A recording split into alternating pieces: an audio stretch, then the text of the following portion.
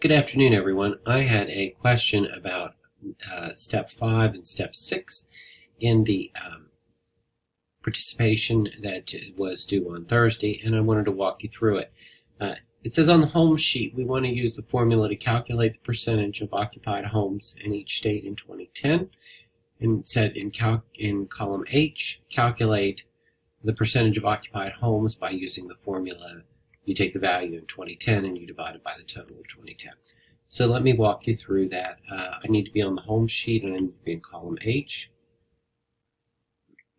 So I would take equals and I would click on the value for Alabama in 2010 and I would divide it by total. And then I just hit enter and it calculates it. And because it's already been formatted, we should be in good shape. So that's easy enough. I'm going to back up and I'm going to do it one more time just to see if, or just to give you a chance to see it again without having to rewind. I want to go to column H. I want to hit equals. He asked us to take the 2010 value. That 2010 in brackets means go to the entry in the row and the column where you're working. So we're working in row 4 and he asked me for the value for 2010. So I click on it. That's the intersection of 2010 and Alabama. I divide, and then I go down because he asked me to take the total for 2010. Right here, I hit enter. It's done. In a similar vein, we do what is on the forecast sheet. It's a little bit more complicated, and in fact, you may get some blanks if all of the data isn't there yet.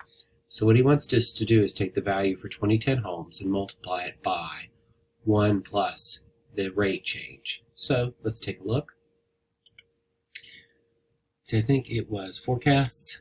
Where did he want me to put it? Forgive me for flipping back and forth. In column G, do this. Okay, let's see if I can do it. Probably be some flipping back and forth. So equals the 2010 homes, and I'm to multiply it by parenthesis 1 plus, and I think it was the home rate change. Let me look and see. Yeah, homes change rate, and that's up here. And I close that. Now, I think one of the problems that the person who emailed me ran into was when you do that and you copy it down, bad things happen. It's outside of the table. Okay, so I think that's what she was referring to. Well, in this case, I would simply go up here and I am going to manually key this in, but I don't want B4 to change. I want it when I copy it down to stay the same. So there you get your answer. That is probably where she had the issue.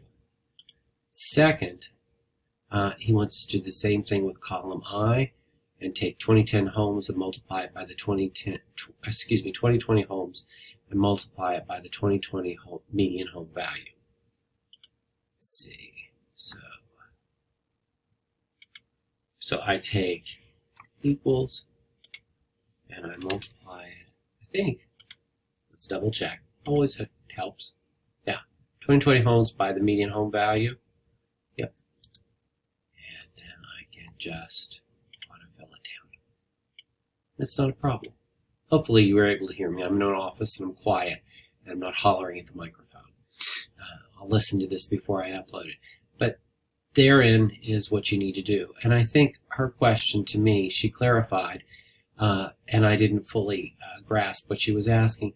But basically she was saying, well, why do I need to use this? And that's a really sharp question. You need to put the dollar signs in front of both the column and the row to keep the column and the row from changing when you work your way down. So you can see here when I hit escape and I work my way down, each time the B4 reference stays the same. If I hadn't done that, if I had just put B4 in without a dollar sign in front of the B and a dollar sign in front of the 4, it would have changed each time I moved it. or each time it was copied, and the formula wouldn't have worked as you saw. So if you have questions, let me know. But I think that answers the questions that my correspondent posed, and I thought they were good questions. And what I genuinely hope you will do is continue to ask me questions like that, because I think they're valid.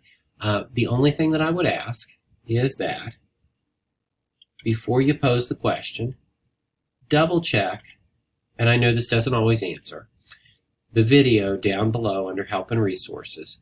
Watch that, see if that helps you out. I think in many cases it will. In this particular case, it did not settle the issue, and so I was happy to do a video. I hope you all have a good weekend, and hopefully this takes a little stress off your plate. Bye-bye.